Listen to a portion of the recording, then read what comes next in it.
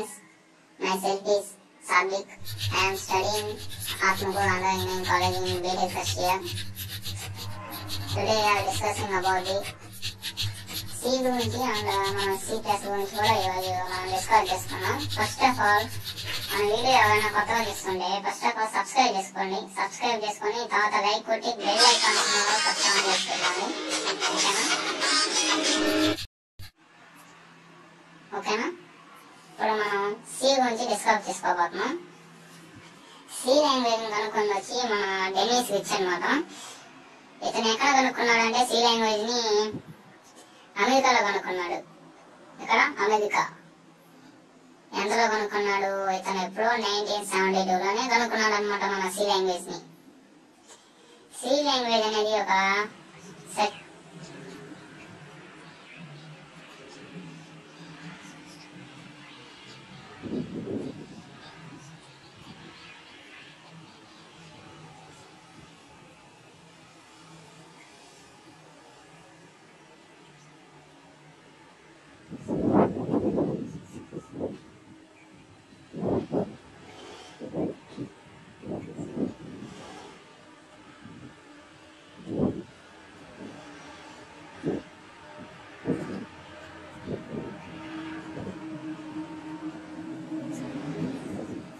మన భాషలో మాత్రం కంప్యూటర్ని ఎక్కువగా మనం ఇప్పుడు ఉపయోగిస్తున్నాం అనమాట. కంప్యూటర్లు అంటే మనం ఇప్పుడు అసలు బయట జాబ్ చేయలేకపోతున్నాం.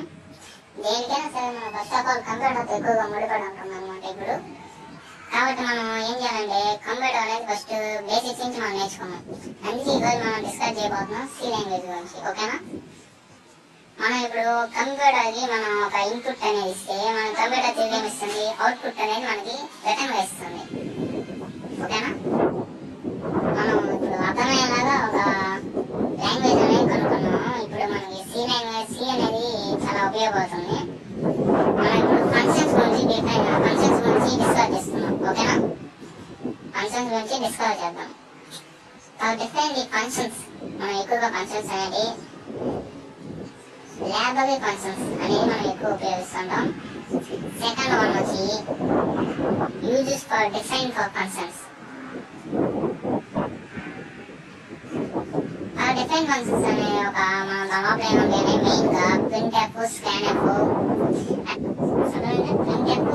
అనేది మనం డిస్కస్ చేసుకున్నాం. మనం ఎక్కువగా C ప్రోగ్రామ్ లో మనం ఫస్ట్ ఉపయోగించేది అది కనిపిస్తుంది కదా, మనం #include stdio.h #include conio.h and void main అనేది కనిపిస్తున్నాయి కదా, అవి పెట్టాలన్నమాట. ఫస్ట్ ఆఫ్ ఆల్ మనం అవి పెట్టకపోతే ఈ డిఫరెంట్ అనేది మనకి C లాంగ్వేజ్ లో అసలు కన్వర్ట్ కావన్నమాట. ఇప్పుడు మనం ఫస్ట్ ఇంక్లూడ్ గురించి మాట్లాడుకున్నాం. ఇంక్లూడ్ అనేది ఒక ఇన్పుట్. మనం ఏం చేస్తున్నాం? ఇన్పుట్ అనేది ఇస్తున్నాం అన్నమాట ఫస్ట్ ప్రోగ్రామ్ కి. అదేం చేస్తుంది? ఇన్ఫర్మేషన్ వచ్చేసి stdio.means మనం ఏమనుకోవాలంటే ఫస్ట్ స్టార్టర్ తీసుకోవాలి. స్టార్టర్ ఇన్పుట్ అండ్ అవుట్పుట్ అని ఇస్తుంది అనమాట మనకి. ఇది మెయిన్ గా మనకి operations input and main operations లో మనకి ఎక్కువ ఉపయోగపడుతుంది. ఇన్పుట్ ఫంక్షన్ అనేది మనం స్కాన్ఎఫ్ అనేది మనం ఏం చేస్తామంటే దీని లోపల స్కాన్ఎఫ్ గ్రేదర్ అండ్ మనం ఇన్పుట్ గా ఉపయోగిస్తుంటాం. ఫంక్షన్ ఎందుకు ఇది మనం ఫంక్షన్స్ డిఫైన్ చేసేదానికి ఎక్కువ ఉపయోగిస్తుంటాం అన్నమాట. తర్వాత మనం మెయిన్ గా వాడేది వచ్చి వాయిడ్ మెయిన్. మీకు వాయిడ్ మెయిన్ అనేది అసలు చాలా మంది తెలియదు అనమాట దేనికి ఉపయోగిస్తాం అనేది. వాయిడ్ మెయిన్ వచ్చి ఒక ఫంక్షన్ ని మనం రిటర్న్ ఎనీ టైప్ ఆఫ్ డేటాని మనం టైప్ చేస్తున్నాం అనమాట. ఇప్పుడు ఇంటి కోడ్ మెయిన్ అని ఇంటీజర్ తీసుకోవాలి. అండర్స్టాండ్? మనం ఇంటి కోడ్ మెయిన్ అనేది ఒకటి తీసుకోవాలి. అందులో దాన్ని ప్రూవ్ చేయాలన్నమాట. దీన్ని హెల్ప్ఫుల్ గా మనం ఏం చేస్తుంటాం?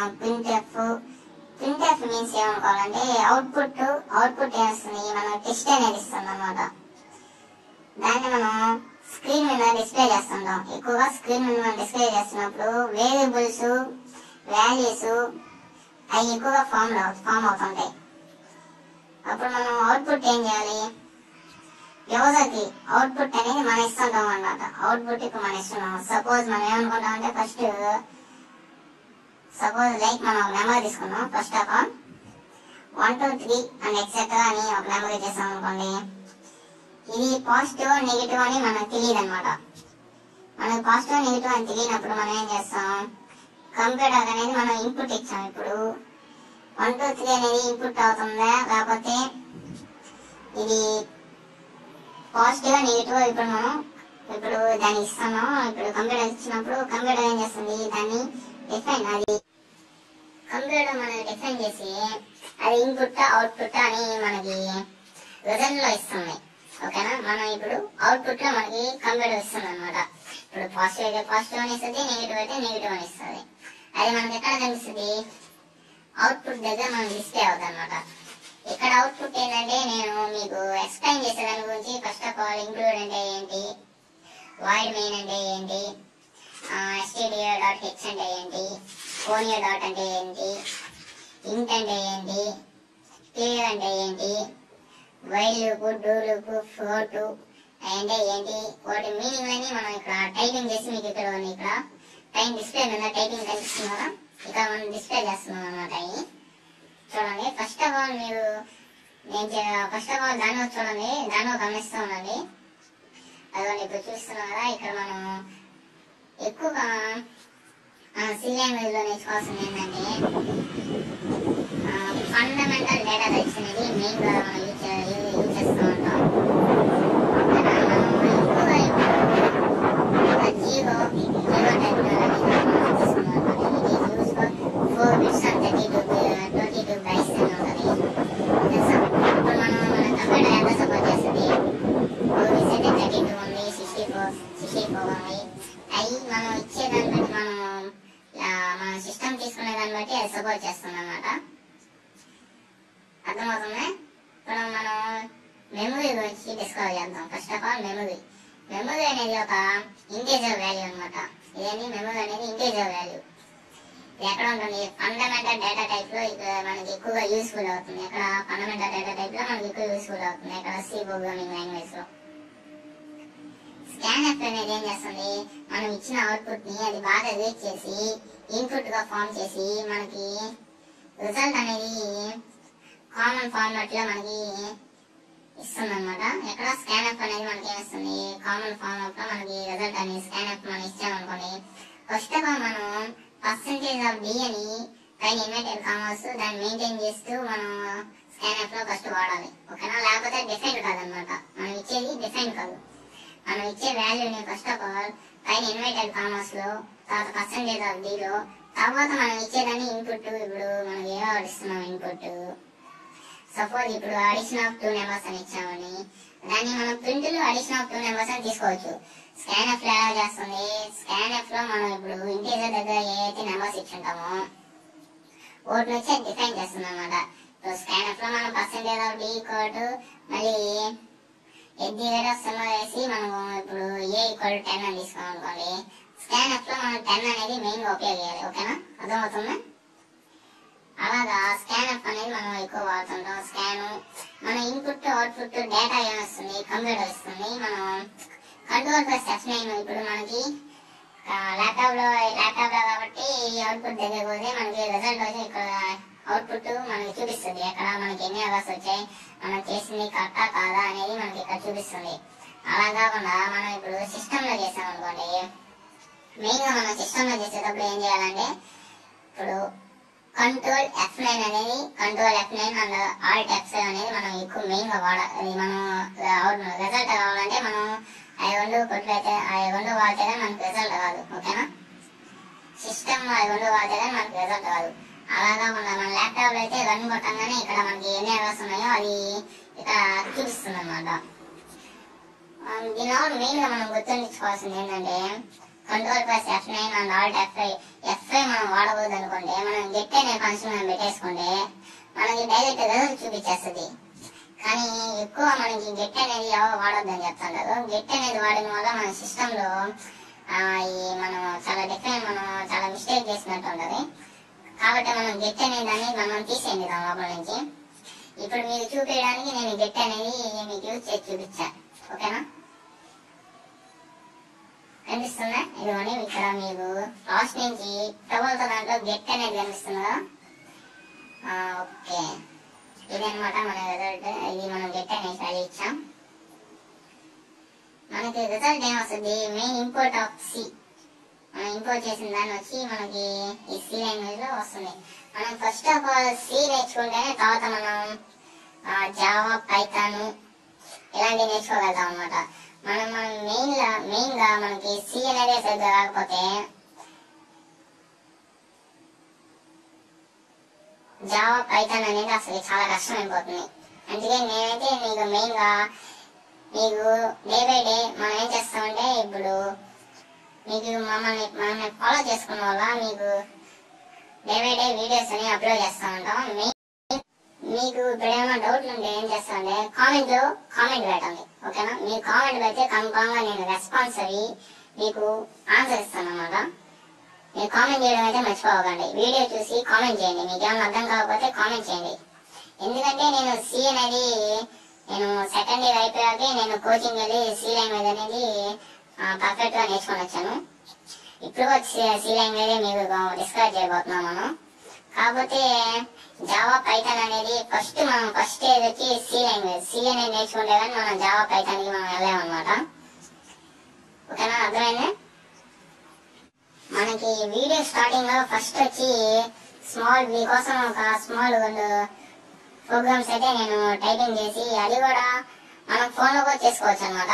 ఫోన్ అయితే ఏం యాప్ ఉపయోగించాలంటే సి కోడింగ్ ఆఫ్ సి అనేది ఉంటుంది. దాన్ని లాగిన్ చేసుకొని మన జీమెయిల్ తో కానీ లేకపోతే ఫేస్బుక్స్ తో కానీ దీంట్లో లింక్ అప్ అవి మనం దీని ఒక ప్రోగ్రామ్ స్టార్ట్ చేయొచ్చు. మీకోసం ఒక చిన్న స్మాల్ ప్రోగ్రామ్ ఒకటి మీకు ఇప్పుడు ఎక్స్ప్లెయిన్ చేయబోతున్నాం అనమాట. ఇప్పుడు write a C program to find the square root of given the number అని తీసుకున్నాం. దేని గురించి, లూపింగ్ గురించి అనమాట. మనం ఏం చేస్తాం, first of all as include stdio.h తీసుకున్నాం, conio.h తీసుకున్నాం. దీని లోపల ఎక్కువ ఏమొస్తుంది మనకి, హ్యాజ్ ఇన్క్లూడ్ మ్యాథ్ అని తీసుకున్నాం అనమాట. మ్యాథ్ అని తీసుకోకపోతే దీని లోపల మనం ఇచ్చిన దానికి రిజల్ట్ రాదనమాట. ఇప్పుడు మ్యాథ్ అని తీసుకున్నాక వాయిడ్ మెయిన్ తీసుకుంటాం, బ్రాకెట్ ఇస్తాం. ఫ్లోట్ అనేది మనం ఇప్పుడు దీన్ని డిస్కస్ చేసుకున్నది వచ్చి మనం ఫ్లోట్ గురించి. ఫ్లోట్ అని తీసుకొని ఏ ఈక్వల్ టు స్క్వేర్ అని తీసుకోండి. తర్వాత మనం ప్రింట్ ఏమని చేసుకోవాలి, ఎంటర్వే నెంబర్ అని తీసుకోవాలి. ఎంటర్వే నెంబర్ మనం ఎక్కడ ఫ్లోట్ దగ్గర ఏ ఇచ్చాం కాబట్టి ఎంటర్వే నెంబర్ తీసుకున్నాం. స్కాన్ దగ్గర ఏం తీసుకోవాలి, పైన ఇన్వర్టెడ్ కామర్స్ మనం మెయిన్ గా పెట్టాలి. ఇన్వర్టెడ్ కామర్స్ పెట్టి పర్సెంటేజ్ ఆఫ్ ఎఫ్ పెట్టి తర్వాత ఏ అనేది మనం డిఫైన్ చేసుకోవాలన్నమాట. ఇప్పుడు సెకండ్ మనం 11th స్టెప్ లో వచ్చి బి ఈక్వల్ టు స్క్వేర్ అని తీసుకున్నాం అనుకోండి. దాంట్లో కూడా ఇప్పుడు తీసుకొని మనం ఏ అనేది డిఫైన్ చేసుకోవాలి. ఇప్పుడు లాస్ట్ పాయింట్ మనం ప్రింట్ చేసుకునేది వచ్చి square root of given numbers of percentage F on B అని తీసుకుంటే దీనివల్ల మనకి ఏమొస్తుందంటే, మనం ఫస్ట్ ఫ్లోట్ దగ్గర ఎఫ్ తీసుకున్నాం, స్కాన్ దగ్గర మనం ఏం చేస్తాం ఎఫ్ తీసుకున్నాం కాబట్టి మనం కన్ఫామ్ గా పర్సెంటేజ్ ఆఫ్ ఎఫ్ అనేది మనం కన్ఫామ్ గా డిఫైన్ చేసుకోవాలి. తర్వాత బ్రాకెట్ కోడ్ చేసి మనం గన్ కొట్టంగానే మనకి ఏమొస్తుంది, రిజల్ట్ అనేది వస్తుంది అనమాట. అది ఎలాగంటే, నేను ఫస్ట్ ఆఫ్ ఆల్ మన ఛానల్ స్టార్ట్ అవ్వనప్పుడే మా 2 ప్రోగ్రామ్స్ అయితే మీకు ఫస్టే ఇచ్చాను. అది బాగా చూడండి. మీకు ఓట్లు ఏమైనా డౌట్ ఉన్నా నన్ను అడిగితే నేను కన్ఫామ్ గా దానికి రెస్పాన్స్ అవుతాను, అర్థమవుతుంది. ఫస్ట్ ఆఫ్ ఆల్ మీరు వీడియో మొత్తం చూడండి. వీడియో మొత్తం చూస్తే మీకు మొత్తం అర్థమవుతుంది. మీకు మధ్యలో సగం చూసి మధ్యలో అర్థం కాలేదంటే కష్టం. మీకు వీడియో మొత్తం చూసి మీకు ఏమైనా డౌట్లు ఉంటే కామెంట్ చేయండి. కామెంట్ చేస్తే కన్ఫామ్ గా మనం రెస్పాన్స్ అవుతాం అనమాట, ఓకేనా. ఇప్పుడు మళ్ళీ ఇంకోసారి చెప్తున్నాం, మన వీడియోస్ ఎవరైనా కొత్తగా చూస్తుంటే ఏం చేస్తామంటే మళ్ళీ సబ్స్క్రైబ్ చేసుకొని బెల్ ఐకాన్ సింబల్ అయితే ఆన్ లో పెట్టుకోండి. ఎందుకంటే మనం ఇప్పుడు అప్లోడ్ చేసే వీడియోస్ అన్ని మీకు నోటిఫికేషన్ లో ఫస్టే వస్తాయి అనమాట, ఓకేనా. ఇప్పుడు మనం ఫస్ట్ మీకు డిస్ప్లే మీద చూపించిన దాని గురించి కూడా ఎక్స్ప్లెయిన్ చేస్తాను అనమాట. మనం ఏం చేస్తామంటే, ఇప్పుడు గెట్ అనేది ఎందుకు వాడతామో చెప్పాను కదా. గెట్ అనేది మనం దీని లోపల ఫోన్ లో అయితే వాడుకోవచ్చు కానీ ల్యాప్టాప్ సిస్టమ్ లో అయితే వాడుకోవచ్చు అనమాట, ఓకేనా. క్లియర్ అనేది మనం వాడకపోయిన వల్ల ఇప్పుడు మనం క్లియర్ అనేది వాడకపోయాం అనుకోండి, మనం ఇంతకు ముందు చేసిన రిజల్ట్ దాని పక్కనే చూపిస్తూ ఉంటది అనమాట. అదే మనం క్లియర్ గాని వాడేసాం అనుకోండి, క్లియర్ గాని పెట్టుకున్నాం అనుకోండి మనం ప్రోగ్రామ్ చేసేటప్పుడు, మనకి తర్వాత నెక్స్ట్ మనం చేసే దాని లోపల మనకి ఇప్పుడు మనం ఏదైతే చేస్తామో అదే కనిపిస్తుంది అనమాట ఇన్పుట్. ఇంతకుముందు చేసిన ఇన్పుట్ రీసెంట్ గా చేసిన అవుట్పుట్ మనకు కనిపిస్తూ ఉంటుంది అనమాట. ఇప్పుడు క్యూఏ వాడడం వల్ల మనకి. Thank you for watching the video friends. Thank you. మన వీడియో కొత్తగా ఏమైనా చూస్తుంటే సబ్స్క్రైబ్ చేసుకొని బెల్ ఐకాన్ సింబల్ అయితే ఆన్లో పెట్టుకోండి.